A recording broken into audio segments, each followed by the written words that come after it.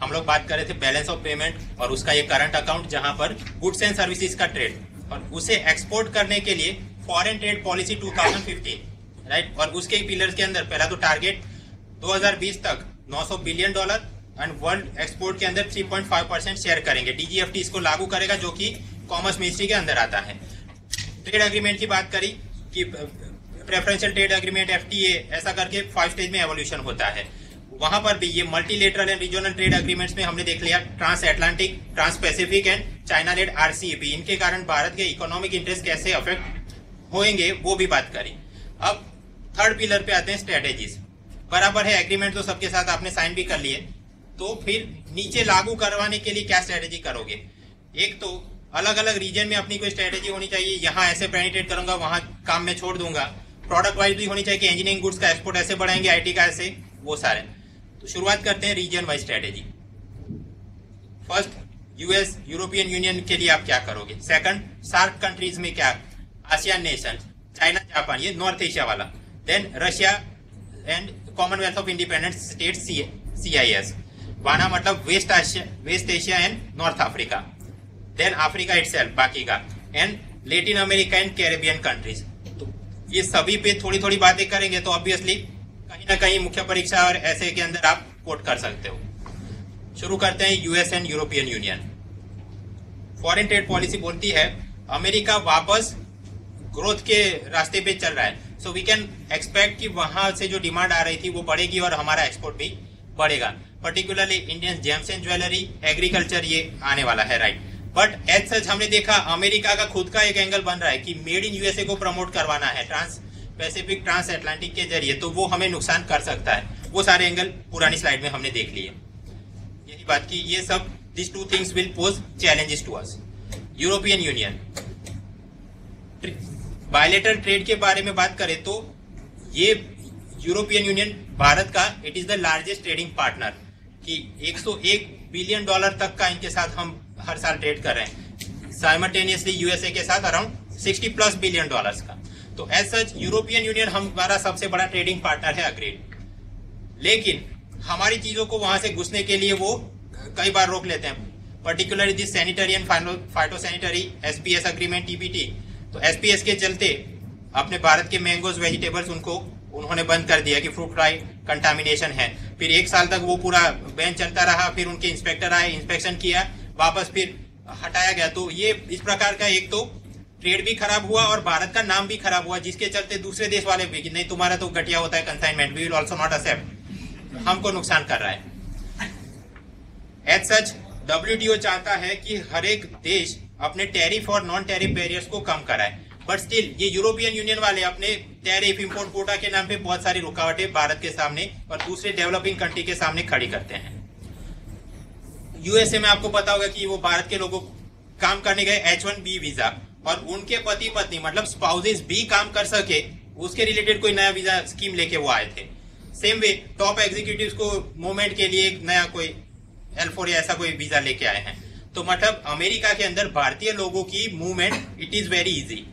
European union में इतनी जल्दी वो इस प्रकार के एग्जीक्यूटिव के लिए, ये प्रोफेशनल के लिए, उनके स्पाउसेस के लिए, ये that type of natural movement of Indian professional is very difficult in European Union compare to USA. तो वो कारण से भी उतना बढ़िया काम हो नहीं पा रहा है। आगे बात, यूरोपियन यूनियन के डेटा सिक्योरिटी और डेटा प्रोटेक्शन कानून कुछ इस तरह के हैं कि आप यहां से कोई ऐप बना दिया, कोई साइट बना दिया, देन स्टिल वो ये कहेंगे कि हमारे कस्टमर जितना डेटा यूरोपियन यूनियन के अंदर किसी फिजिकल प्लेस के अंदर वो सर्वर आपने रख के करवाना होगा। अब आप समझो ऐसी आप रिक्वायरमेंट रखो तो भारत की छोटी कंपनियां तो दे कैन नॉट अफोर्ड वहां पे ये कोई रेंट पे जगह ले ली, ये सारी चीजें। केवल बड़ी भारतीय कंपनियां ही, भारतीय IT कंपनियां ही वहां पे पेनिट्रेट कर पाई हैं, तो ये भी एक समस्या है। सेम वे ये एनवायरमेंट नॉर्म्स, चाइल्ड लेबर, इस साल से ज्यादा की उम्र के व्यक्ति ने उत्पादन किया हो ऐसा सर्टिफिकेट लिखो तभी जाके हम एंट्री मारने देंगे, वो सारा हमको परेशान कर रहा है। IPR लॉस, पेटेंट इशू मैंने बात करी, उनके यहाँ महंगी दवाई वहां से यहाँ पर आए, हम लोग उसको जेनेरिक लाइसेंस किसी और कंपनी को दे नहीं सकते, दोज इश्यूज। और ऐसा जैसा यूएसए यूरोप के साथ ट्रांस अटलांटिक करवाना चाहता है, उसी प्रकार भारत भी broad based trade and investment agreement BTIA Bharat और यूरोपियन यूनियन के बीच करवाना है, ऐसी कई सालों से बात हो रही है, लेकिन वो डील फाइनलाइज नहीं हुई। क्यों? Because of first 3 reason. ये डेटा सिक्योरिटी वाला मामला, environment, child labour, IPR, patent issue, और ये चलते हम लोग अग्रीमेंट उनके साथ साइन कर नहीं पा रहे हैं। आगे क्या करना चाहिए? फॉरेन ट्रेड पॉलिसी 2015 ने बोला defence equipment, medical equipment, construction material and process food, यहाँ पर कोई एक देश के साथ कुछ जुगाड़ हो पाए तो एक्सप्लोर करना चाहिए। फॉर एग्जांपल ये भारत फ्रांस के बीच कुछ राफेल डील्स, राफेल वो उसका जेट, सेकंड ये स्कॉर्पियन सबमरीन्स, वो ये डीजल जनरेटर, ये टेक्नोलॉजी ट्रांसफर, पूरे ब्लॉक के साथ कुछ करना मुश्किल है, एक देश के साथ कोई ना कोई एंट्री कर सकते हो। बियॉन्ड दैट यूरोपियन यूनियन से कहीं बाहर निकल के देखना चाहिए। जैसे एक तो है टर्की, वहां पर भी मिडिल क्लास डेमोग्राफिक डिविडेंड है, हम एक्सप्लोर कर सकते हैं। देन वाइसग्राड 4 कंट्रीज, इसके अंदर आता है चेक Republic, Hungary, Slovak Republic and Poland. ये देशों के साथ अलग से कुछ एक्सप्लोर करना चाहिए। और यूरोपियन यूनियन अमेरिका को छोड़ के भी जो व्हाइट कंट्रीज है जैसे ऑस्ट्रेलिया, न्यूजीलैंड, वहां कुछ एक्सप्लोर कर सकते हैं। फॉरेन ट्रेड पॉलिसी बोलती है ऑस्ट्रेलिया पे फोकस, इसलिए वो हमें 6 type of raw material provide करता है। कौन कौन से? आयरन और coal, copper, gold, uranium and LNG gas. तो ये 6 चीजें हमको वो दे सकता है। आप याद करो, हमने ऐसे देशों के साथ एग्रीमेंट करना है जो कि हमारे लिए मार्केट है, और ऐसे के साथ भी करना है जो हमें कोई रॉ मटेरियल प्रोवाइड कर सके, right? So from raw material point of view America, Australia इस कारण से इंपॉर्टेंट है। न्यूजीलैंड का खुद का dairy meat and wool processing बहुत बढ़िया चल रहा है। तो ऐसा भी नहीं कि भारत का अमूल आइसक्रीम वहां पे बिके, लेकिन वो जो बढ़िया टेक्नोलॉजी यूज कर रहे हैं उनके डेयरी डेवलपमेंट में, मीट डेवलपमेंट, वो सारा कोई एग्रीमेंट करके यहाँ पे बेस्ट प्रैक्टिसेस टेक्नोलॉजी लाने की आवश्यकता है। ठीक, तो मतलब रीजन वाइज स्ट्रेटेजी में यूएस हाँ वापस ग्रोथ की का ऊपर चल रहा है। वी कैन होप कि हमारा एक्सपोर्ट बढ़ेगा, बट वो ट्रांस एटलांटिक, ट्रांस पैसिफिक के नाम पे उसकी प्रायोरिटीज कुछ और चल रही है जो हमें नुकसान कर सकती है। यूरोपियन यूनियन में क्या एग्रीकल्चर में जाने में समस्या है, वो एसपीएस मैंगो वाला एंगल याद रखो। आईसीटी चैलेंजेस क्या है, वहां पे फिजिकल सर्वर रख के काम करवाना पड़ता है, तो बड़ी कंपनियां ही जा सकती है। दवाई आप क्या करोगे, तो नॉन ईयू कंट्री की तरफ एक्सप्लोर करो, Turkey, then those वाइसग्राड countries and this Australia, New Zealand, वहां पर कुछ करना चाहिए। तो आप याद ये 3-4 पॉइंट रखोगे, फिर आगे अपनी तरफ से जोड़ के आप बढ़िया जवाब लिखा सकते हो। नेक्स्ट हम फोकस करते हैं सार्क। सार्क का मतलब है south Asian association for regional cooperation. European union के साथ अपना ट्रेड है 100 बिलियन से ज्यादा, इनके साथ कितना है, हार्डली 20 बिलियन। कारण भारत को छोड़ के ये सभी गरीब देश ही हैं। As such within SAARC countries अपना लार्जेस्ट ट्रेडिंग पार्टनर है बांग्लादेश, दूसरे नंबर पे श्रीलंका, फिर नेपाल, फिर पाकिस्तान, फिर भूटान, मालदीव, वो सब लोग। तो एमसीक्यू में याद क्या रखोगे, Bangladesh is the largest trading partner in this block. और पूरे विश्व में कौन है, क्यों यूएसए नहीं है? नहीं है, सेकंड है, राइट? सो मतलब अलर्ट हो जाना है एमसीक्यू के लिए। हम क्या कर रहे हैं, ऐसे ही ये लोग गरीब हैं, उनको जाके हम क्या बेचेंगे, उल्टा list develop countries within SAARC, ये भूटान, मालदीव्स, उनको हमने 0% ड्यूटी एक्सेस भारत में दे दी। मतलब उनका जो भी मोबाइल फोन या ट्रैक्टर बिकने को आए 0% ड्यूटी पे हम इंपोर्ट करने देंगे उन्हें। एक समस्या है, तो वो कौन है फसाद की जड़, पाकिस्तान। पाकिस्तान के साथ समस्या, उसका नाम है most favoured nation MFN status. फंडा क्या है, WTO, और उसके अंतर्गत बहुत सारे अग्रीमेंट है, जिसमें प्रमुख 2 general agreement on tariff and trade GATT, जो कि फिजिकल गुड्स के लिए, और गेट्स मतलब general agreement on trade in services, मतलब सर्विसेज के लिए, राइट? सो यहाँ पर कंसेप्ट आता है मोस्ट फेवर्ड नेशन का। MFN कंसेप्ट ये है, मान लो कि विश्व में केवल 3 ही देश हैं, भारत, श्रीलंका, पाकिस्तान, और आपस में ये लोग बोले कि we will give most favoured nation treatment to each other. मतलब यदि कल उठ के पाकिस्तान श्रीलंका से आने वाली चाय कॉफी पे 0% ड्यूटी कर दे, देन उन्होंने भारत से आने वाली चाय कॉफी को भी उसी पार पे ट्रीट करना होगा, just like they are treating their most favoured nation. तो 97 में भारत ने तो पाकिस्तान को बोल दिया okay we will treat you as the most favoured nation, right? लेकिन पाकिस्तान ने रेसिप्रोकेट नहीं किया अब तक।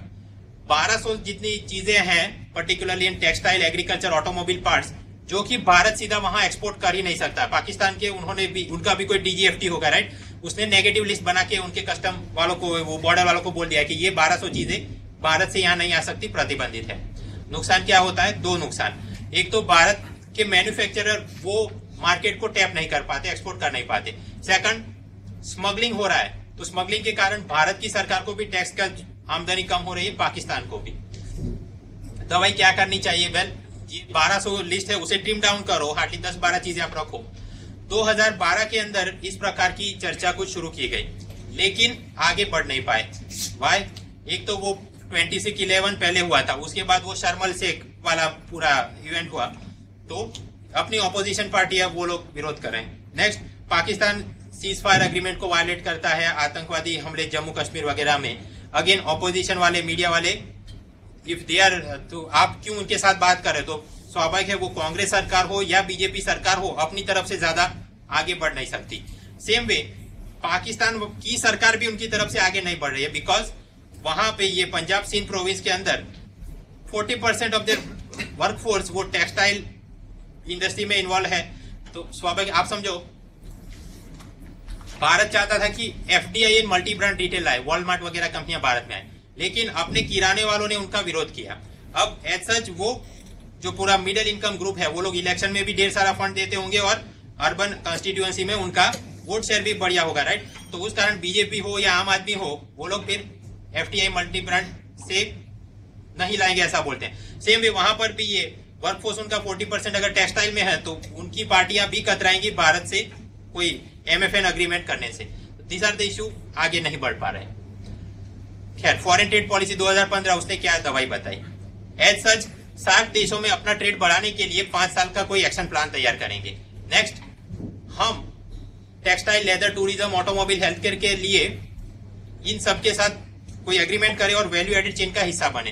फॉर एग्जाम्पल, बांग्लादेश के अंदर से कैटल का रॉ लेदर यहाँ पे आए, हम उसका शूज बना के बाहर भेज दें। या फिर कि फॉरेन टूर, अगर कोई टूरिस्ट बुद्धिस्ट पिलग्रिमेज प्लेसेस को विजिट करना चाहता है तो नेपाल जाए, फिर भारत आए, फिर श्रीलंका, पूरा बुद्धिस्ट टूरिज्म सर्किट राइट। तो वो ऐसा कुछ एक्सप्लोर कर सकते हैं। सेम वे हेल्थ केयर में अपॉर्चुनिटीज है, ऑटोमोबाइल में, उस प्रकार से कुछ अग्रीमेंट आगे बढ़ना चाहिए। साफ्टा अग्रीमेंट इन सर्विसेज, उसकी जल्द से जल्द साइन करवा के कंक्लूड कर देना है। बॉर्डर इंफ्रास्ट्रक्चर इंप्रूव करे ताकि हर एक देश के साथ अपने माल के आवागमन में सुविधा रहे। एयरपोर्ट, शिपिंग और लैंड रूट के जरिए मल्टी मोडल कनेक्टिविटी भी हम बढ़ाएंगे। And lastly, SAARC energy grid को प्रमोट करें। मतलब भूटान का हाइड्रो इलेक्ट्रिसिटी पोटेंशियल ज्यादा है, तो वहां डैम बना के हाइड्रो इलेक्ट्रिसिटी जनरेट की, एक खंभा लगा दिया, भारत के अंदर आ गया, हमको लाइट मिल गई। वहां से एक खंभा बांग्लादेश में लगा गया, उनको लाइट मिल गई। उसी प्रकार ये तमिलनाडु के बाहर वो विंड फार्म्स बना रहा है उसके ओशन रीजन में, तो वहां से वायर लगा कि तमिलनाडु को लाइट मिल गई और एक खंभा लगाओ। खंभा तो नहीं लगा सकते, अंडरग्राउंड एनर्जी इलेक्ट्रिसिटी लाइन से आपने श्रीलंका को जोड़ दिया। तो मतलब ये फंडा है कि सार्क एनर्जी ग्रिड बनाएंगे हम। ऐसा करने का प्रयोजन ये कि human development index is directly proportional to the electricity consumption.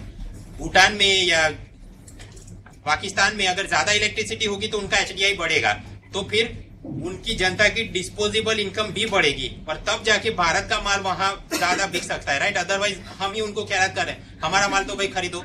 Therefore energy grid में हो सकता है इन द शॉर्ट टर्म हमको नुकसान भी हो, but in the long term it will recover. तो सार्क एनर्जी ग्रिड के लिए 2014 में ही दिल्ली में पैक्ट साइन किया गया।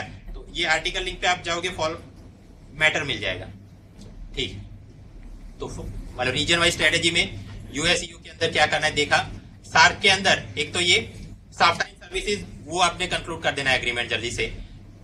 ग्रिड बनाएंगे, वैल्यू एडेड चेन होगा, बॉर्डर इंफ्रास्ट्रक्चर बढ़ाओगे और ये अपना इलेक्ट्रिसिटी ग्रिड आपको याद रहेगा, हर एक जगह खंभे फिट करने। अब आते हैं आसियान पे। आसियान मतलब association of south east Asian nation, कुल मिला के 10 देश हैं। कौन से घर जाके मैप देख लीजिएगा। अब यहां पर भी वो, अच्छा, सार्क के अंदर अपना लार्जेस्ट ट्रेडिंग पार्टनर कौन था? बांग्लादेश। ओके, तो उसी प्रकार आसियान में अपना नंबर 1 ट्रेडिंग पार्टनर कौन है? सिंगापुर। उसके बाद इंडोनेशिया, मलेशिया। तो इन तीनों के साथ हमने फ्री ट्रेड अग्रीमेंट कर दिए हैं। थाईलैंड चौथे नंबर पे है और बातें चल रही हैं, इन प्रोग्रेस। तो मतलब इंडिविजुअल कंट्री के साथ ये हुआ, पूरे आसियान के साथ। तो 2009 में free trade agreement for goods, physical goods के लिए 2009 में साइन किया और 10 से लागू हो गया। फ्री ट्रेड अग्रीमेंट इन सर्विसेज वो 2014 में साइन किया गया। 10 आसियान कंट्री है, उसमें से 9 ने ये साइन कर दिया। एक था फिलीपींस, वो अमिताभ बच्चन बन गया कि हम साइन नहीं कर सकते। रीजन कि इंडियन आईटी बीपीओ इंडस्ट्री के चलते हमको वहां से अगर वो सर्विस वाले तो हमारे domestic industry will be affected. Philippines वालों ने साइन करने उस वक्त नहीं किया। खैर, जब ये पूरा काम हो जाएगा तो ये फ्री ट्रेड अग्रीमेंट इन सर्विसेज, एफटीए इन सर्विसेज, ये लागू हो जाएगा 1 जुलाई 2015 से। तो स्वाभाविक है उस वक्त फिर हिंदू भी मस्ती में आ जाएगा और वो प्रीलिम में हमको, प्रीलिम में इस दोनों में परेशान कर सकता है। तो मतलब एफटीए इन सर्विसेज ये थोड़ा डिटेल में करना पड़ेगा। FTA in services and investment ये पूरा नाम है, मतलब सर्विस भी हाँ और इन्वेस्टमेंट भी हाँ। ये अग्रीमेंट 8+1+1 पैटर्न पे चलता है। मतलब एक अग्रीमेंट फिलीपींस के साथ, वहां पर ऐसे कुछ सेफगार्ड रहेंगे कि उनकी आईटी बीपीओ इंडस्ट्री को नुकसान ना हो हमारे कारण। सेम वे एक अग्रीमेंट रहेगा अलग से इंडोनेशिया के साथ, ताकि उनके सर्विस सेक्टर को हमारे कारण नुकसान ना हो। तो मतलब 10 में से 2 चले गए, बाकी बचे 8। वो 8 अलग बाकी रहे 200 के साथ एक पूरा अग्रीमेंट। सो 8+1+1 पैटर्न से ये एफटीए सर्विसेज एंड इन्वेस्टमेंट बनेगा। फायदा क्या होगा? एक तो आदमियों की man movement will be easy, कैसे? वो वीजा प्रोसेसिंग वगैरह। Second, money movement will be easy, कैसे? इन्वेस्टमेंट के नाम पे फिर हम मेक इन आउटसाइड इंडिया भी एक्सप्लोर कर सकते हैं। यहाँ पर 2015 अंत तक इनके साथ अपना ट्रेड एग्रीमेंट एक्सपेक्टेड कि $100 बिलियन तक पहुंच जाए। अब तक तो हमने देखा एक यूरोपियन यूनियन ही है नंबर 1 जो 101 बिलियन। तो ये आसियान के साथ हमारा एक्सप्लोर हो जाए तो जितना फिर ईयू में नुकसान हो रहा है वो ट्रांस अटलांटिक के नाम पे या एसपीएस मैंगो के नाम पे वो यहाँ से रिकवर कर पाएंगे। हो सकता है हमारी भी कोई ट्रेड इंडस्ट्री को नुकसान हो, उनकी ट्रेड इंडस्ट्री को कुछ नुकसान हो रहा तो उसकी दवाई के लिए joint review bodies, dispute settlement bodies बनाई जाएंगी। और आसियान 10 देशों के साथ ही एफटीए गुड सर्विसेज हो गया, उसको आगे एक्सपांड करके ऑस्ट्रेलिया, चाइना, इन सब के साथ तो फिर आरसीईपी तक पहुंच सकते हैं। आप याद करो, आसियान तो मतलब 10 देश ये वाले, इनके साथ तो हमने गुड्स एंड सर्विसेज के लिए फ्री ट्रेड अग्रीमेंट कर दिया एक बात। उसके आगे चल के हम ये आसियान के 6 फॉरेन फ्री ट्रेड पार्टनर, कौन से foreign trade partners? China, India, Japan, Korea, New Zealand, Australia, इनको भी मिला ले तो फिर अल्टीमेट रिजल्ट क्या होगा? RCEP, right? आरसीईपी क्या था? आसियान के 10 लोग और उसके साथ फ्री ट्रेड वाले 6 पार्टनर्स ये वाले। तो मतलब इनके साथ तो एक्सप्लोर कर लिया, इनके साथ थोड़ा थोड़ा जो भी इशू है वो सॉर्ट आउट करके एंड रिजल्ट आरसीईपी को हम कंक्लूड कर पाएंगे और उस कारण ट्रेड को क्या बढ़ावा मिलेगा आप पॉइंट जोड़ सकते हो। ओके, अच्छी बातें देख ली, अब नुकसान वाली बातें।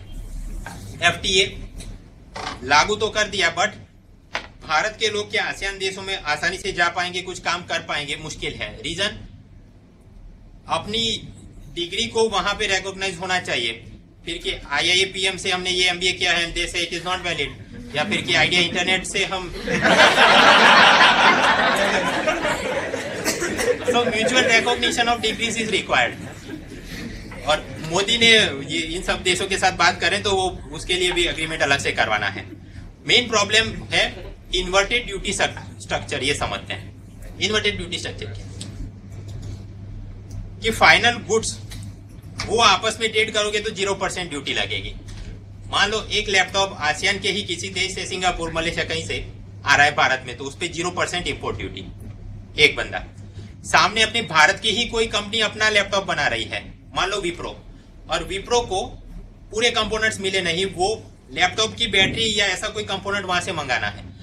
तो तकलीफ ये है कि आप फाइनल गुड्स इंपोर्ट करो तो 0% ड्यूटी, लेकिन अगर रॉ मटेरियल कंपोनेंट को इंपोर्ट करो तो वहां पे वापस कोई ना कोई ड्यूटी लगती है। जैसे कि फॉर एग्जांपल लैपटॉप बैटरी पे कस्टम ड्यूटी अराउंड 10%। तो अब आप समझो पूरा लैपटॉप बन के जो मलेशिया वाले ने भेजा तो वो सस्ते में आएगा, राइट? क्योंकि कोई ड्यूटी नहीं। अजीम प्रेम जी वहां से लैपटॉप बैटरी लाकर कोई लैपटॉप बनाएंगे तो वो रिलेटिवली महंगा रहेगा। तो with in Indian market Bharat के ही मैन्युफैक्चर का माल आसानी से बिक नहीं पाएगा। That is the nature of duty inversion. Duty inversion का फंडा ये कि बाहर से फाइनल गुड्स या ऐसा ही कुछ आने के कारण वो जल्दी से बिके और अपने मैन्युफैक्चरर और इंडस्ट्री को नुकसान हो, क्योंकि रॉ मटेरियल महंगा है या दूसरे जो भी कारण।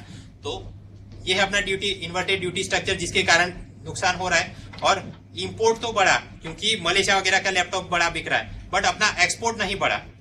एक्सपोर्ट इसलिए नहीं बढ़ा कि अजीम प्रेम जी मान लो ये 10% ड्यूटी भर के भी लैपटॉप बना के अपना लैपटॉप जोड़ के वहां पर भेजा, तो वो अपने जो भी टैक्स बर्डन था प्राइस में कंप्यूट करेंगे, राइट। तो विप्रो का लैपटॉप वापस मलेशिया में गया, उधर फाइनल गुड है इसलिए 0% ड्यूटी, बट यहां से ही महंगा निकला होगा तो वहां कंपीट नहीं कर पाएगा उनके लोकल प्लेयर्स के साथ। तो in short inverted duty structure के कारण इंपोर्ट अपना बढ़ा है लेकिन एक्सपोर्ट नहीं बढ़ा है। ये इसका मेन रीजन कि इस कारण से फ्री ट्रेड अग्रीमेंट भारत की इकोनॉमी को फायदा नहीं नुकसान कर रहे हैं, ऐसा कुछ लोग बोलते हैं। नुकसान कर रहे हैं तो कॉमर्स मिनिस्ट्री ने एक एक्सपर्ट पैनल बिठा के उनको बोला कि आप फाइंड करो कि असल में नुकसान हो रहा है कि नहीं हो रहा है। कमिटी फाइंडिंग ये रही कि फ्री ट्रेड अग्रीमेंट के अंदर कई सारे सेफगार्ड हैं ताकि लोकल इंडस्ट्री को बचाया जा सके। दूसरे देश भारत के अंदर डंपिंग कर रहे हैं, ऐसा हमको आसियान वाले डंपिंग कर रहे हैं ऐसा कोई एविडेंस मिला नहीं, और जो भी कुछ खराब काम करा तो इन पे एंटी डंपिंग ड्यूटी लगाई गई है।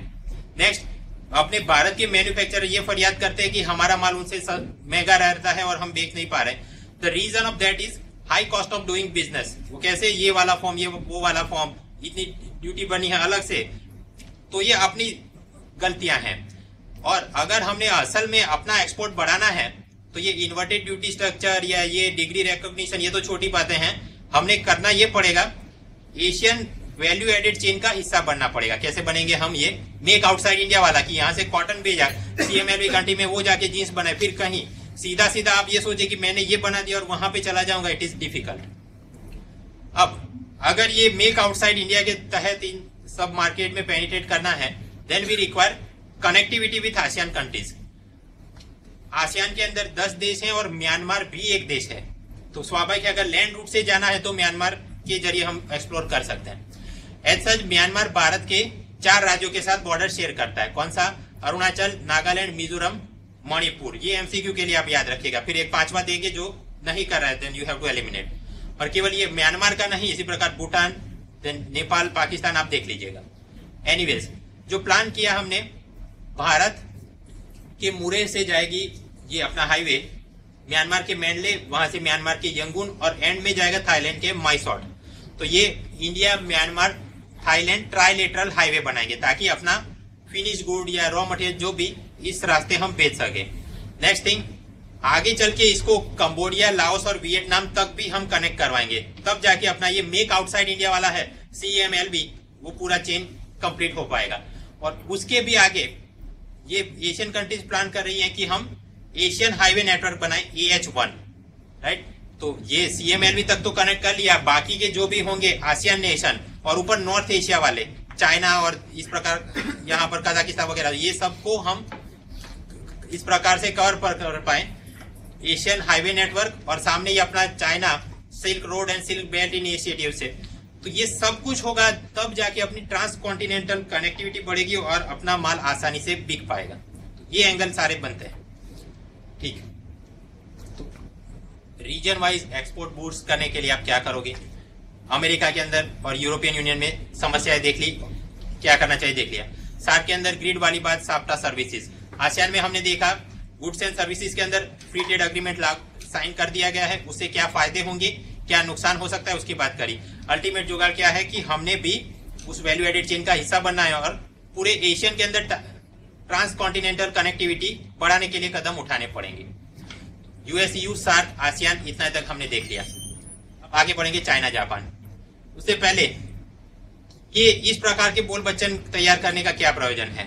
मुख्य परीक्षा GS2 पेपर, वहां पर आप देखो ये पॉइंट जो है, bilateral regional global groupings and agreement. अब आप ग्लोबल ग्रुपिंग्स की बात करोगे तो वो सार्क भी आ जाएगा और आसियान भी, वो मतलब रीजनल ग्रुपिंग के रूप में उनके साथ अपने क्या इकोनॉमिक इंटरेस्ट से हमने तैयार करना पड़ेगा। एक चीज यस, देन अग्रीमेंट्स उससे क्या अफेक्ट करेगा, तो वापस ये सार्क उसका SAFTA agreement, right. Then ASEAN के साथ अपना free trade agreement good services investment के लिए, एंड सेम वे यहाँ US एंड EU के बीच अपना trans Atlantic, then trans Pacific. तो मतलब those agreements involving India and और अफेक्टिंग इंडियन इंटरेस्ट, हर एक जगह कोई ना कोई पॉइंट कोट करने के लिए अपने पास बन रहा है। नेक्स्ट थिंग, आगे GS2 के अंदर ही एक टॉपिक है effects of policies and politics of developed and developing countries affecting Indian interest.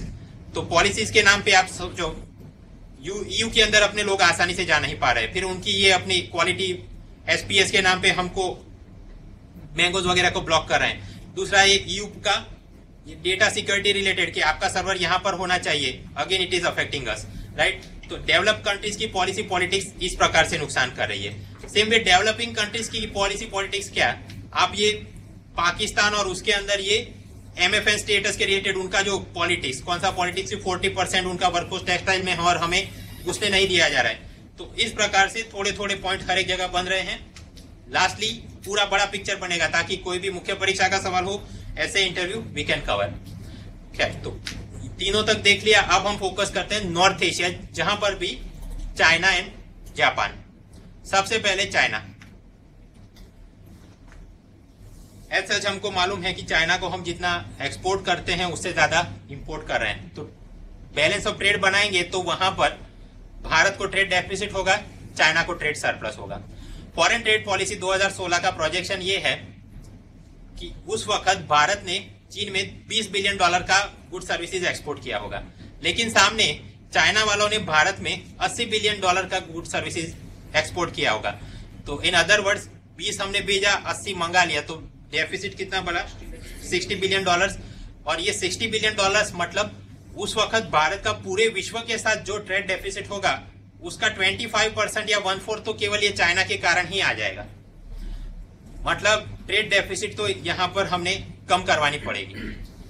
सवाल ये होता है कि ऐसा ट्रेड इम्बैलेंस क्यों है और क्यों बढ़ रहा है। फर्स्ट थिंग, हम चीन के अंदर जाके अपने कोई टॉयज और पतंग बेच दे वो तो मुमकिन है नहीं, सब जानते हैं। हमारा एज क्या है, IT industry, right. But IT service sector वो पेनिट्रेट नहीं कर पा रहा है चाइना में। रीजन, भारत के अंदर है PSE, पब्लिक सेक्टर एंटरप्राइजेस। उसी प्रकार चीन के अंदर होता है SOE, स्टेट ओन्ड एंटरप्राइजेस। तो वो लोग वहां के बड़े IT मार्केट को ओपेकली उनका ही माल गुड्स एंड सर्विसेज के अंदर they are controlling it. Wipro, Satyam, Infosys, IT के नाम पे ये लोग एक्सपोर्ट करते हैं तो क्या एक CD बना के एक्सपोर्ट करते हैं? नो, वो बड़े प्रोजेक्ट कॉन्ट्रैक्ट लेते हैं, राइट, कि ये गवर्नेंस में हमने ये करवा दिया, ये पूरा नेटवर्क, ये CRM मैनेजमेंट का सॉफ्टवेयर बनाया। तो उस प्रकार से अगर इन्फोसिस या विप्रो वाले सोचे कि मैं जाके चीन में कुछ करूं, उसको कॉन्ट्रैक्ट मिल ही नहीं सकता। रीजन, ये स्टेट ओन्ड एंटरप्राइजेस, उनके सरकारी निगम वालों ने पूरा मार्केट कैप्चर करके रखा है, कंट्रोल करके रखा है। एक समस्या। दूसरा, मतलब IT जो अपना एज था वहां पे ये रोड ब्लॉक आ गया। दूसरा अपना एक है, एक तो एग्रीकल्चर और फार्मास्यूटिकल, यहाँ पर भी अपना कि कोई पोटेंशियल है, लेकिन इनके सामने चीन वाले ने नॉन टैरिफ बैरियर खड़े कर दिए हैं। नॉन टैरिफ बैरियर कैसे देखते हैं? For example, meat, eggs, poultry ऐसा कुछ बेच दिया तो ये इतना रेसिड्यू लिमिट ये वो करके बंद करवा दिया। सेकंड, फार्मास्यूटिकल्स, ऐसा तो भारत और उसके भी genetic drugs third world country में धूम बिकते हैं। भारत फिर भी चाइना के अंदर पेनिट्रेट नहीं कर पाए। कारण, कोई दवाई मैंने बना ली, भारत के अंदर वो अपने डायरेक्टर जनरल ने अप्रूव भी कर दिया, लेकिन मैं वही दवाई जब चीन में भेजूं तो उनका भी अपना होगा जो भी फूड एंड ड्रग के लिए, वो बोलेगा कि नहीं, वापस फाइल तुम पूरा प्रपोजल रखो, और वो फाइल घूमती है 3-4 सालों तक, तब तक मैं बेच नहीं पा रहा। Next thing, Chinese drug regulate ये बोलता है आप अगर दवाई बेचना चाहते हो तो पूरा मैन्युफैक्चरिंग प्रोसेस मेरे सामने डिस्क्लोज करो। स्वाभाविक है भारत की कंपनियों को इससे चिंता रहती है, वाई, कि वहां से फिर कोई ना कोई ये इनकी प्राइवेट कंपनी या सरकारी कंपनी वो ले लेगी और पायरेटेड चाइनीज ड्रग्स हमारा वापस वही बिकने के लिए भारत में आ जाए। What will it?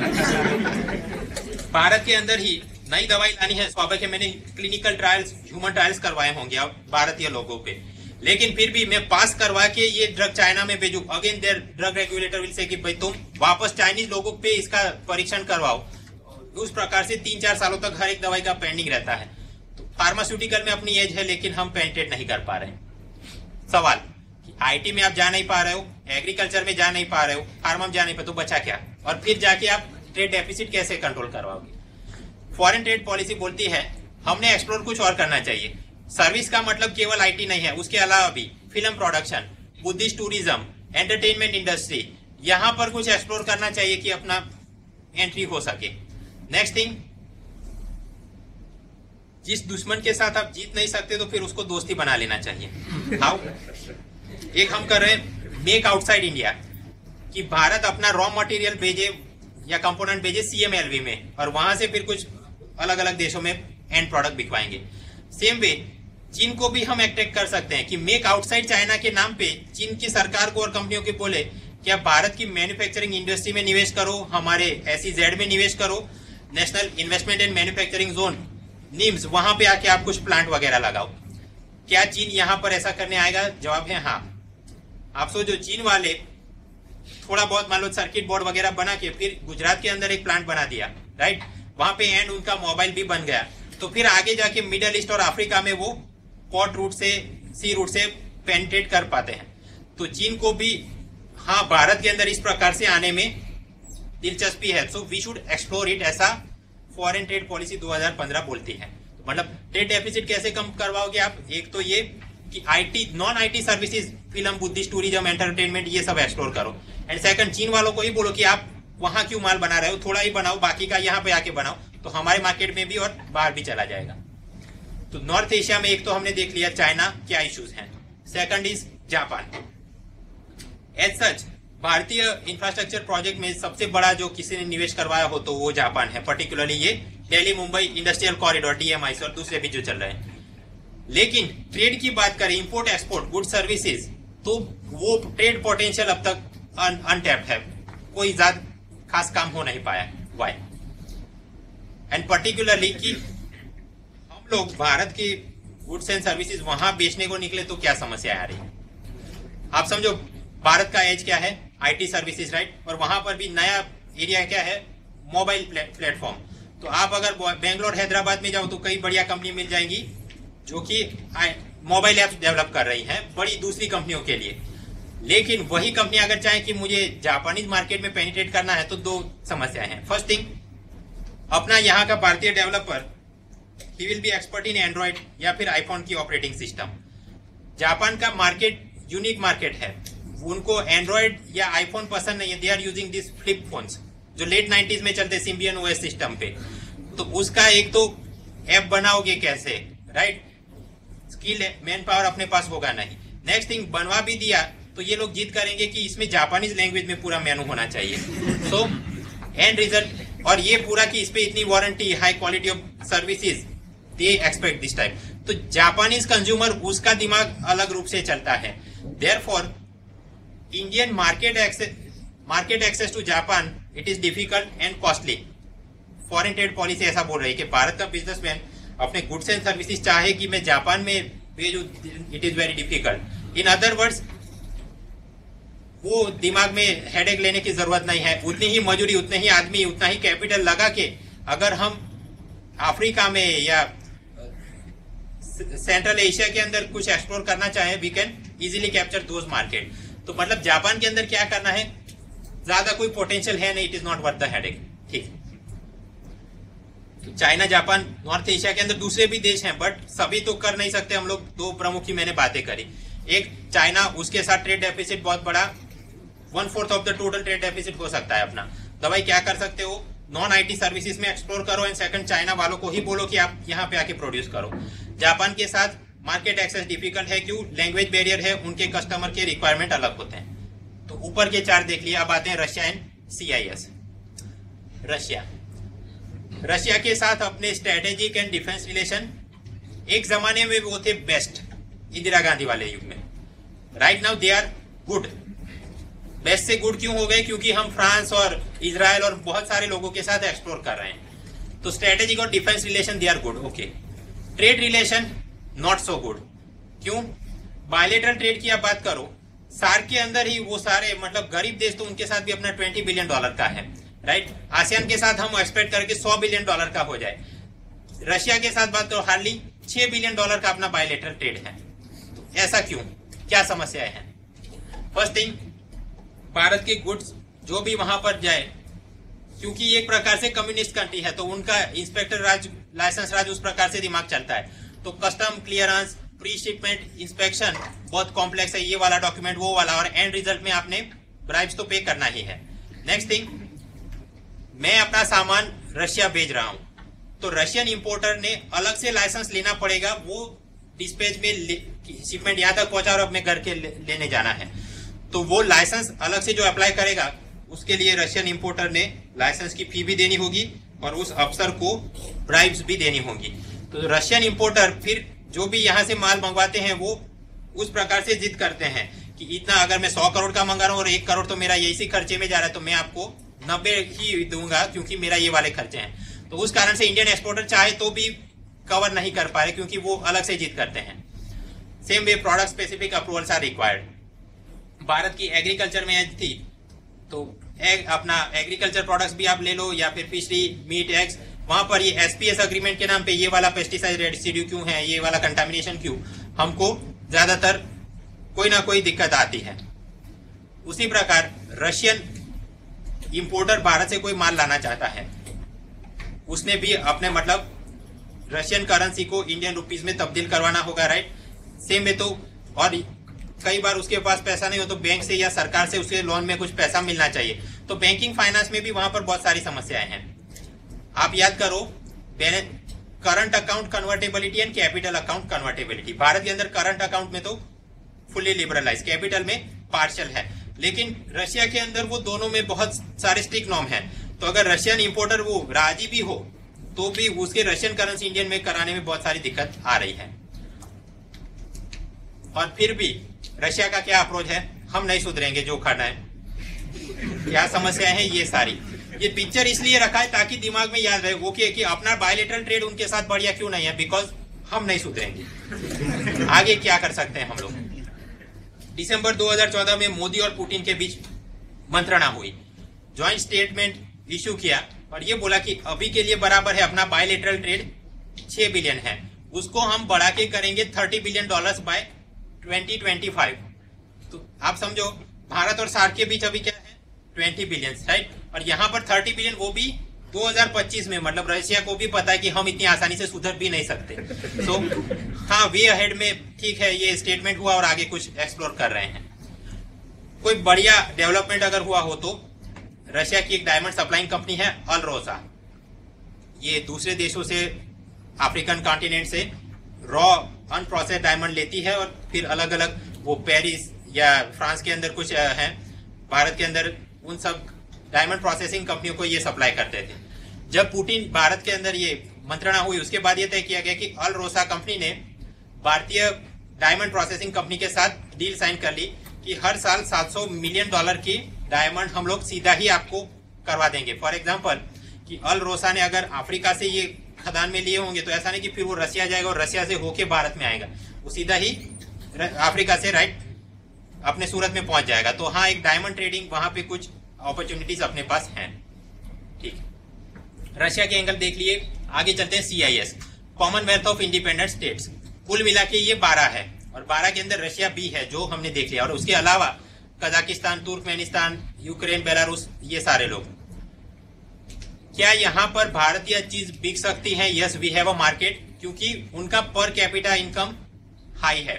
अब हाई है मतलब ऐसा भी नहीं कि वो अमेरिका जैसे मालदार हैं, बट ये नेपाल, पाकिस्तान उसकी तरह वो दांते लावा लेने भी नहीं जीता है लोग, तो मार्केट तो है। सेकंड, रॉ मटेरियल वहां से हम ला भी सकते हैं। आप पेट्रोलियम की बात करो, कोल की, natural gas, potash, metal, minerals, ये सभी कुछ ये अपना CIS रीजन के अंदर बहुत सारा बढ़िया है। तो आप याद करो, फॉरेन ट्रेड पॉलिसी बोल के गई कि हमने अग्रीमेंट किनके साथ करने चाहिए, ऐसे लोगों के साथ जहाँ की मार्केट है, अपनी चीज बिक सकती है, और ऐसे लोगों के साथ भी जहां से रॉ मटेरियल आप ला सकते हो।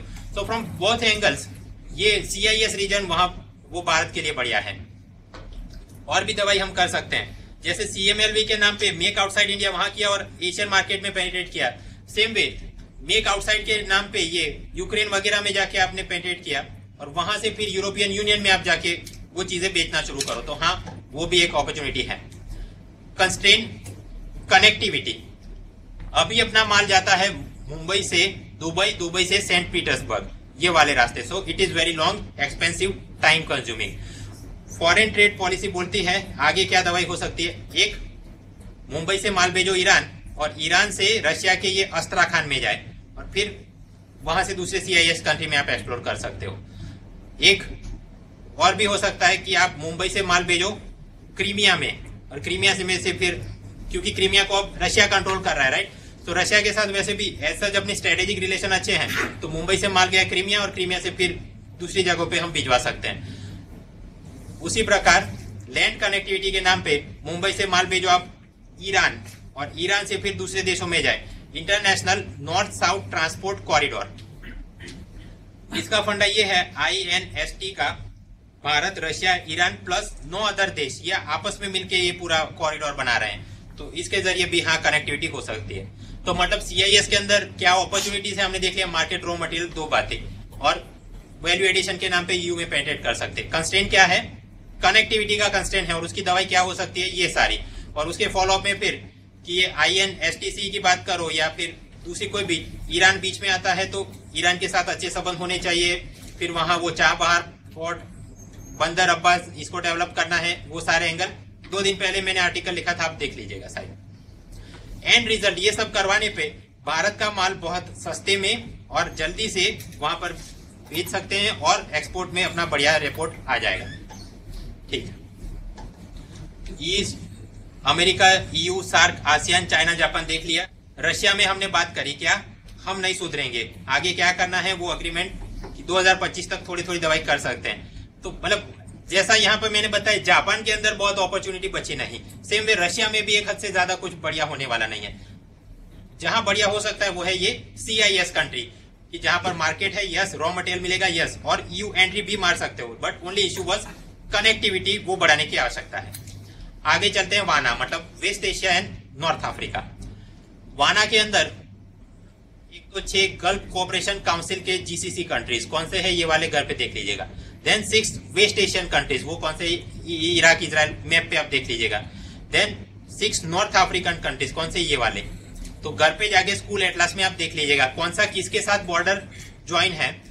MCQ में कई बार ऐसे पूछते हैं, ब्लैंक मैप दे देंगे आपको, राइट, वो, और उसके अंदर 1 2 3 4 करके मैच द फॉलोइंग, तो आपको पता होना चाहिए।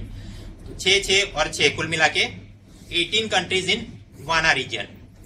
इनके साथ अपना कुल मिला के बायलेटरल ट्रेड 190 बिलियन $। बायलेटरल है, एक्सपोर्ट इतना नहीं कर रहे, बायलेटरल है, इंपोर्ट एक्सपोर्ट मिला के। वाई, वहां से क्रूड ऑयल इंपोर्ट हो रहा है, सोना इंपोर्ट हो रहा है, स्वाभाविक है नंबर तो बढ़ा जाएगा। एंड एज सच भारत का विश्व के साथ जितना भी ट्रेड, उसका 1/4 या 25% तो वाना रीजन से हो रहा है। भारत से भेजने वाली चीज को भी उनके लोग पसंद करते हैं, particularly Indian T, mangoes, even automobiles, वो स्मॉल कार्स सेगमेंट के अंदर। तो हाँ, अच्छा है, मार्केट अपने पास है दोनों एंगल से। आप देखो, रॉ मटेरियल के रूप में क्रूड ऑयल मिल रहा है, यस, और मार्केट है, हाँ, वो हमारी चीज पसंद करते हैं। आगे क्या करना चाहिए, फॉरेन ट्रेड पॉलिसी 2015 ने ये बोला है, इजराइल के साथ और GCC cooperation, gulf Cooperation Council के साथ, इन दोनों के साथ हमारा फ्री ट्रेड अग्रीमेंट की बातें चल रही है, उनको जल्द से जल्द आप कंक्लूड करवाइए ताकि फिर और बढ़िया काम हो सके। तो अपॉर्चुनिटी के रूप में आप ये सारी बातें बोल सकते हो। कंस्ट्रेंट समस्याएं 3 हैं। फर्स्ट थिंग, ये रीजन के अंदर माल अगर भेजना है आपने, कनेक्टिविटी होनी चाहिए, पोर्ट डेवलपमेंट की बात। अगेन ईरान के अंदर ये अपना चाबहार पोर्ट या बंदर अब्बास, अगर वो डेवलप करने जाओगे तो फिर चीन को मजा नहीं आएगा, और फिर वो पाकिस्तान को कोई ना कोई। तो एक ये समस्या पोर्ट डेवलपमेंट की। सेकंड, रॉ मटेरियल, एनर्जी, वहां से आप सोच सकते हो कि ईरान, इराक से पेट्रोलियम और नेचुरल गैस का एनर्जी पाइपलाइन हम कोई जोड़ दें, तो वो कुछ करेंगे तो वापस पाकिस्तान से जाएगा, तो पाकिस्तान वालों को मजा नहीं आएगा, तो वो कुछ ना कुछ परेशानी कर रहे हैं। थर्ड थिंग, डिफेंस के रिलेटेड कुछ अपॉर्चुनिटीज हम इंपोर्ट एक्सपोर्ट की एक्सप्लोर करें। तो अगर हमने ये ईरान के साथ अगर कोई डिफेंस टाई बनाई तो अमेरिका नाराज हो जाएगा, और अगर इजराइल के साथ डिफेंस टाई और बढ़ाई तो CPI और हिंदू वाले नाराज हो जाएंगे। तो पोर्ट के अंदर एनर्जी, डिफेंस, क्या क्या कंस्ट्रेंट है ये वाले, और फिर बैकग्राउंड में तो बहुत सारे पॉइंट बोल सकते हो। तो वाना में बात क्या करनी है, एक तो हाँ, बड़ा ट्रेड पार्टनर है, यस, अपने एक्सपोर्ट वहां पे पसंद किए जाते हैं, यस, आगे चल के इजराइल GCC के साथ हमने FTA कंक्लूड करना है। और कंस्ट्रेंट के नाम पे कुछ पूछा जाए तो यही port, energy and defence type करने पर कोई ना कोई आदमी नाराज हो जाएगा, और वो कैसे वो मैन्यूवर करके चलना है वो देखना पड़ेगा। वाना देख लिया, और उसके नीचे दूसरा ये पूरा अफ्रीका। अफ्रीका के अंदर भारत, आप समझो अमेरिका को मजा है कि वो दूसरे देशों में एक्सपोर्ट करे, भारत को कहाँ मजा आ सकता है कि उसकी चीज कहाँ पे बिक सकती है, उससे नीचे वाले, राइट। तो अफ्रीका में उनका डेमोग्राफिक डिविडेंड बढ़िया है, उस कारण न्यूक्लियर फैमिली अर्बनाइजेशन धीरे धीरे हो रहा है, फैमिलीज विद डिस्पोजेबल इनकम, तो उनके यहाँ डोमेस्टिक मार्केट है, भारत का चीज बिक सकता है, राइट। तो मार्केट के रूप में opportunities available, yes. Raw material के नाम पे भी आप माइंस एंड मिनरल की बात करो, डायमंड की बात करो, गोल्ड की बात करो, रॉ मटेरियल वहां से मिल सकता है। तो मतलब मार्केट रॉ मटेरियल दोनों के हिसाब से ये तो अफ्रीका के साथ तो अच्छा बना के रखना है। भारत ने अब तक क्या काम किया, हम लोग इन देशों को टेक्निकल असिस्टेंस दे रहे हैं उनकी इंडस्ट्री डेवलप करने के लिए। फॉर एग्जांपल इजिप्ट के अंदर कॉटन कल्टीवेशन में और बढ़िया आप कैसे कर सकते हो, हमने टेक्नोलॉजी प्रोवाइड की। आप समझो ऐसा करना ये एक प्रकार की सॉफ्ट डिप्लोमेसी है, राइट। उसके साथ अच्छा रिलेशन हो गया। आगे चल के हम एक्सप्लोर कर सकते हैं, मेक आउटसाइड इंडिया के नाम पे इजिप्ट में जाके वो कॉटन बनाए, अपनी कोई मशीनरी हो, जाके जीन्स बनाओ और यूरोपियन यूनियन में पेनिट्रेट करने की कोशिश कर सकते हो, राइट। सेम वे अफ्रीका के अंदर बहुत सारे लिस्ट डेवलप कंट्री है, उनको Bharat duty free, quota free access दे रहा है, मतलब उनसे इंपोर्ट होने वाला मटेरियल उस पर 0% ड्यूटी। नेक्स्ट थिंग, उनके बिजनेसमैन या एंटरप्रेन्योर भारत में कुछ आना चाहे तो उनकी वीजा एप्लीकेशन भी उस पर भी कोई चार्ज नहीं लगाते, जल्दी प्रोसेस कर देते हैं ये सारे काम। उनको भी टेक्निकल असिस्टेंस दे रहे हैं ई गवर्नेंस के नाम पे, हेल्थ केयर, एजुकेशन, सभी पर। सवाल ये तो लिस्ट डेवलप है, तो यहाँ पे अपना माल बिकने वाला नहीं है, तो फिर इनकी मदद आप क्यों कर रहे हो? रीजन, जब यूएन जनरल असेंबली के अंदर वोटिंग हो कश्मीर के नाम पे, या आगे चल के कि वो लोग वोट करके भारत को यूएन परमानेंट सिक्योरिटी काउंसिल का परमानेंट मेंबर बनाना हो, या फिर ये नॉन प्रोलिफरेशन के नाम पे, या XYZ थिंग, ये सब ऐसे छोटे छोटे देशों को पैसा दे के हमने अपने जेब में रखा हो तो अपने तरफ में वो लोग वहां पे वोट करेंगे और अपने पसंद का कोई काम हो सकता है। सेम वे क्लाइमेट चेंज पर भी, राइट। सो अफ्रीका के बड़े देशों में तो हमने टाई अप करना है, वाई, वहां अपनी चीजों का मार्केट है, प्लस वो हमने को रॉ मटेरियल दे कुछ बढ़ जाए। और छोटे देशों के साथ भी टाई अप करना है, रीजन सॉफ्ट डिप्लोमेसी, कहीं और वो काम कर सकते हैं एक एक वोट के नाम पे। उसी प्रकार आप सोचो नरेंद्र मोदी गए थे सेशल्स में और वहां कुछ बोला इतने करोड़ देंगे और 1-2 जहाज भी दे दिए और रडार फिट कराएंगे, राइट। तो इतना भी सामने कोई बनने वाला है, बट एक देश हो गया, एक वोट अपनी जेब में आ गया, कहीं ना कहीं मदद कर जाएगा। आगे प्रोजेक्ट एक्सपोर्ट के नाम पे बहुत सारा पोटेंशियल है। प्रोजेक्ट एक्सपोर्ट मतलब कोई एक गुड्स और सर्विसेज नहीं, उनको आप पहले चाबी दो कि चलो आपके यहाँ मेट्रो रेल बनाना है या डैम बनाना है, तो बस उनकी सरकार ओके मेट्रो रेल लगाना है, तो गुड्स के नाम पे पूरे पटरिया बिछानी है, सामान हम भेजेंगे, राइट। सेकंड, उनके पास तो इंजीनियर होगे नहीं, तो वो भी हम भेजेंगे, तो सर्विस यहाँ से कोई कंसल्टेंसी करेगा। तो इस प्रकार का जो भी प्रोजेक्ट एक्सपोर्ट, उसके लिए बहुत बढ़िया मार्केट है ये सभी देशों के अंदर। लेकिन समस्याएं दो हैं। फर्स्ट, पॉलिटिकल टर्मोइल्स, वो नाइजीरिया, रवांडा, सभी जगहों पे एक स्टेबल रिजिम हो तभी उनके साथ हम कोई बात कर सकते हैं और आगे चल सकते हैं। First problem is political turmoils. Second is their own economic condition. आप उनको सिखाओ कि भाई चलो डैम लगाना है, मेट्रो, उनके पास इतने पैसे होंगे नहीं, मतलब भारत सरकार ने ही उनको पहले लोन में पैसा देना होगा और फिर जाके वो कि हम आपका सामान खरीदेंगे, और ऐसा एक्सप्लोर करना पड़ेगा। वे अहेड के नाम पे फॉरेन ट्रेड पॉलिसी बोलती है 3 रीजन, 3 ब्लॉक के साथ आपने को FTA कंक्लूड कर देना है। एक है SACU, South African customs union. Second, COMESA, मतलब customs common market for eastern and south Africa.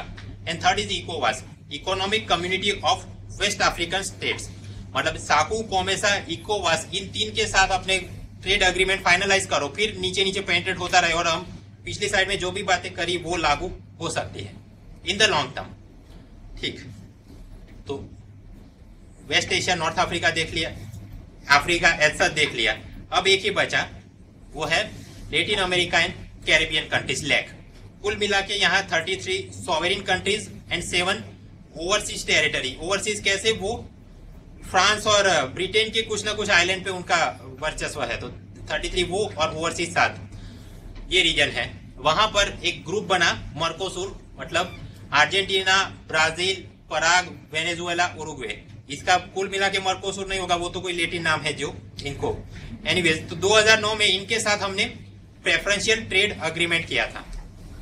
मतलब एवोल्यूशन का वो फर्स्ट स्टेज है। आप समझो आसियान के साथ हम FTA मतलब सेकंड स्टेज पे पहुंच गए, इनके साथ अभी तक तो वहां तक पहुंचे ही नहीं, PTA तक ही अपना गाड़ी है। और वो भी this PTA has been a non starter, ऐसा बोल रहा है foreign trade policy. Reason, Mercosur के अंदर आप देखो सबसे खाती पीती पार्टी कौन होगी? Brazil, right. ब्राजील के अंदर पिछले साल वो हुआ था फुटबॉल का वर्ल्ड कप, उसी वक्त जनता बहुत सारा धमाल कर रही थी। वाई? वो उनकी प्रेसिडेंट है दिल्मा रूसेफ, उसकी एक तो political corruption and second economic slow down, उसके कारण उनकी जनता ही धमाल कर रही है। तो मतलब ब्राजील की इकोनॉमी खराब है। और अगर मर्कोसुर की सबसे अच्छी पार्टी ब्राजील वो खड्डे में है, तो फिर अर्जेंटीना, पराग, वेनेजुएला, उरुग्वे, वो क्या परिस्थिति होगी आप सोच सकते हो। So therefore because of such economic and political turmoil, ये मर्कोसुर के साथ तो कोई काम हो ही नहीं पा रहा है। वे अहेड क्या करना चाहिए फॉरेन ट्रेड पॉलिसी के हिसाब से? मर्कोसुर में कुछ कच्चा काम नहीं हुआ, तो कुछ देश अलग से अपना बना रहे हैं। पेरू, कोलंबिया, मेक्सिको, चिली, उन्होंने अपना पैसिफिक अलायंस बनाया। भारत को इस अलायंस का ऑब्जर्वर मेंबर बनाया गया 2014 में। उस टाई को और स्ट्रेंथन करने की आवश्यकता है। क्यों? आप समझो, ये पेरू, मेक्सिको मैंने बताया था, वो ट्रांस पैसिफिक पार्टनरशिप के नाम पे वो यूएसए के साथ भी टाई अप हो रहा है। तो अगर हम जाके पेरू, मेक्सिको में मेक आउटसाइड इंडिया के नाम पे कोई प्लांट लगवा दिया, अपना रॉ मटेरियल वहां जाए, फिनिश गुड्स, तो डायरेक्ट एंट्री हम मार सकते हैं यूएसए में, कनाडा में, और वो भी 0% टैरिफ के साथ, राइट। तो एक अपॉर्चुनिटी वहां पर है। Second thing, foreign trade policy ये रेकमेंड करती है कि भारत की सरकार और कंपनियों में ये सारे लैटिन अमेरिकन और कैरेबियन कंट्री में जाके बड़े बड़े फार्म्स खरीद लेने चाहिए। सवाल ऐसा क्यों करना चाहिए? चीन ने अफ्रीका के कई देशों में बड़े बड़े फार्म खरीद के रखे हैं, वहां पे वो उगाते हैं मेज, कॉर्न, मकई। सवाल, चीन वाले तो राइस एंड नूडल्स खाते हैं, तो मकई क्यों पैदा करने गए वहां? रीजन, वो मकई से बनाया जाता है बायोडीजल, राइट। और बायोडीजल फिर जाता है चाइना में, और आगे चल के दूसरे बायोफ्यूल। इवन वो तो ये भी रिसर्च कर रहे हैं कि एविएशन टर्बाइन फ्यूल, प्लेन उड़ाने के लिए उसका ब्लेंडिंग करके हम क्या कर सकते हैं। तो चाइना अपनी तरफ से मिडल ईस्ट से एनर्जी इंपोर्ट कम हो पाए, राइट, उसके लिए वो जाके अफ्रीका में मकई बना रहा है। सेम वे एनर्जी पाइपलाइन, वो ईरान के साथ, इराक के साथ कोई ना कोई बातें चल रही हैं। तो मतलब उनका कुछ चल रहा है, तो भारत भी फिर रेस में पीछे ना रह जाए। मैंने वो बताया, सभी लोग ने कॉलेज के एप्लीकेशन फॉर्म भर दिए, हम लोग, दैट्स वाई। अब क्योंकि अफ्रीका तो वो धीरे धीरे कॉर्नर करने लगा चीन, तो बाकी क्या बचा? Latin America. वहां पे जाके भारत की कंपनियां और इंडिविजुअल बड़े एंटरप्रेन्योर वो भी बड़े ऐसे फार्म लगा ले, तो फायदे क्या हो सकते हैं? भारत की फूड सिक्योरिटी बढ़ेगी, अगर फूड प्रोडक्शन के नाम पे व्हीट, राइस ऐसा कुछ बना रहे हो। सेम वे वहां पर अगर कॉफी, वो कोको, जहां से चॉकलेट बनता है, ऐसा कुछ बना दिया, फिर मेक आउटसाइड इंडिया के नाम पे और प्रोसेस किया, राइट, और फिर कि अमूल उसको मिल्क प्रोवाइड करे और उसका चॉकलेट बना के फिर ऊपर यूएस, कनाडा ऐसा कुछ टाइप किया। There are many opportunities. And lastly यहाँ पर भी प्रोजेक्ट एक्सपोर्ट को इंकरेज करना चाहिए। मतलब पहले हम उनको बोले कि भाई आपको मेट्रो रेल लगानी है, न्यूक्लियर प्लांट बनाना है, थर्मल प्लांट बनाना है, हाईवे लगाना है, ब्रिज, कुछ भी, तो हम आपको मटेरियल भी प्रोवाइड करेंगे, आदमी भी प्रोवाइड करेंगे, कंसल्टेंसी भी प्रोवाइड करेंगे, और ये सारा के लिए आपको लोन में पैसा चाहिए तो वो भी हम सस्ते में आपको प्रोवाइड करेंगे। इस प्रकार से प्रोजेक्ट एक्सपोर्ट ये Latin America and Caribbean country में एक्सप्लोर करने के लिए आवश्यकता है उसकी। ठीक, तो अब बड़ा पिक्चर पूरा एक बार रिकैप कर लेते हैं। एक्सपोर्ट प्रमोट करने हैं, यस। रीजन वाइज क्या स्ट्रेटेजी होनी चाहिए देखते हैं। यूएसए के अंदर वापस ग्रोथ की कगार में है, yes, and we can hope कुछ एंट्री हो जाए, लेकिन ट्रांस पैसिफिक, ट्रांस अटलांटिक के नाम पे समस्याएं हैं अपने पास। सामने यूरोपियन यूनियन, तो वो वाले भी डेटा सिक्योरिटी के नाम पे फिजिकल सर्वर, आपके मैंगो में ये खराबी, एसपीएस अग्रीमेंट, जनता का आवागमन भी मुश्किल है। तो ये सारी चैलेंजेस। दवाई क्या हो सकती है? ईयू के बाहर, राइट, वो vice grant countries, Turkey, Australia, New Zealand, वहां पर एक्सपोर्ट करो। और यूएस के सामने क्या दवाई कर सकते हो? ये वाली last angle, Latin American Caribbean country, particularly Peru, Mexico, वहां पे जाके कुछ मेक आउटसाइड करो, और फिर वो वाला तार आप वापस जोड़ो कि अमेरिका में जाके वो एक्सपोर्ट कर पाए। तो ये सारे एंगल आप चर्चा कर सकते हो। अब सेकंड इज सार्क। सार्क के अंदर मैंने बताया कि ऐसा हम उनकी मदद करें, छोटे देशों की। पाकिस्तान, उसके साथ क्या समस्याएं हैं, आगे बढ़ाना है, बॉर्डर इंफ्रास्ट्रक्चर इंप्रूव करेंगे, यस, हर एक जगह वो लाइट के खंभे जोड़ के एनर्जी ग्रिड बनानी है, साफ्टाइन सर्विसेज वो कंक्लूड करना है। म्यांमार के साथ अगर बॉर्डर इंफ्रास्ट्रक्चर बढ़िया किया तो फिर आगे चल के आसियान में पेनिट्रेट कर पाएंगे आप। उस पे चलते हैं आसियान पे। आसियान के साथ गुड्स एंड सर्विसेज में फ्री ट्रेड एग्रीमेंट किए, यस, उसके क्या फायदे होंगे, क्या नुकसान, पर्टिकुलरली इन्वर्जन ऑफ ड्यूटी, तो वो एंगल हमने देख लिए। और आसियान मार्केट में पेनिट्रेशन करने के लिए ट्रांसपोर्ट कनेक्टिविटी बढ़ानी है। तो स्वाभाविक म्यांमार और थाईलैंड के चलते वो ट्राइलेटरल हाईवे, उसके आगे चल के फिर CMLV के बाकी देश को कनेक्ट करो और पूरे एशिया को कनेक्ट करो एशियन हाईवे के साथ, और चाइना का सिल्क रोड, सिल्क बेल्ट, वो सब इंटीग्रेट करो तो आपका goods they can move easily throughout this region. उसके बाद आसियान से थोड़ा और ऊपर चढ़े तो नॉर्थ एशिया के अंदर 2 देश, चाइना एंड जापान। चाइना में मैंने आपको समस्या बताई कि ट्रेड डेफिसिट के नाम पे आंकड़ा क्या रखना, 25%, 1/4 ऑफ आवर ट्रेड डेफिसिट। कब? 2016 के अंदर। कम करवाने के लिए क्या समस्याएं हैं? फर्स्ट थिंग, IT अपना एज है, लेकिन IT जा नहीं सकता क्योंकि चाइनीज सरकारी कंपनियों ने ओपेकली पूरा मार्केट कंट्रोल करके रखा है। दूसरा एज था एग्रीकल्चर, तो SPS के नाम पे कुछ ना कुछ ब्लॉक करते हैं। तीसरा एज था अपना फार्मास्यूटिकल, लेकिन वहां पर भी वो उनका जो ड्रग इंस्पेक्टर जो भी जनरल है वो नॉन टैरिफ बैरियर के नाम पे ये वाली फाइल, ये क्लिनिकल ट्रायल 3-4 साल लगा देता है। तो तीनों जगह पे तकलीफ थी। चाइना के साथ ट्रेड डेफिसिट कम करने के लिए दवाई क्या हो सकती है? IT के अलावा वाली सर्विसेज पे एक्सप्लोर करना है, एंटरटेनमेंट, मूवीज, बुद्धिस्ट टूरिज्म, वो कुछ करो। एंड सेकंड, चीन वालों को बोलो कि भाई आप मेक आउटसाइड चाइना के नाम पे भारत में, ये गुजरात और वेस्ट रीजन में कुछ करो और फिर आप अफ्रीका, मिडिल ईस्ट में जा सकते हो। That opportunity. जापान, तो जापान इंफ्रास्ट्रक्चर इन्वेस्टमेंट के नाम पे अपना फर्स्ट नंबर पे है, right, but trade potential use नहीं कर पाए। भाई वो फ्लिप फोन याद रखना आप कि उनकी जनता का मार्केट प्रेफरेंस कुछ अलग होता है, सर्विस रिक्वायरमेंट कुछ अलग होती है, स्पेशली उनको केटर करना हमारे लिए मुश्किल है। नॉर्थ एशिया से थोड़ा फिर उस तरफ जाओ आप मैप में, तो Russia and Commonwealth of independent states CIS।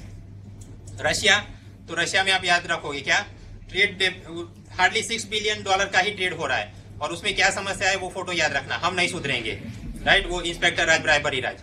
आगे अपॉर्चुनिटी के रूप में 2025 तक कुछ ट्रेड बढ़ाना है, और उनकी एक अल्रोसा कंपनी के साथ डायमंड डील हुआ, बहुत बढ़िया कुछ काम अदरवाइज हो नहीं रहा। But Commonwealth of Independent state, उसमें रशिया को छोड़ के बाकी जो 11 बचे, वो लोग, उनकी per capita income is good, तो मार्केट है, यस। ढेर सारे रॉ मटेरियल, मिनरल अपने को प्रोवाइड कर सकते हैं, रॉ मटेरियल है, yes. And make outside India के नाम पे हम लोग वहां कुछ शुरू करें और EU के अंदर पेंट्रेट कर पाएंगे।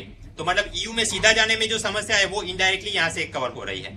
तो हाँ, CIS में अपॉर्चुनिटी है, बट कंस्ट्रेंट क्या, ट्रांसपोर्ट वाला, कि मुंबई से वहां माल कैसे भेजोगे, कोई ना कोई एंगल पे ईरान आएगा तो बंदर अब्बास, चाबहार पोर्ट, और फिर स्ट्रेटेजिक में आप जोड़ो कि चीन का क्या है, पाकिस्तान का बना सकते हो।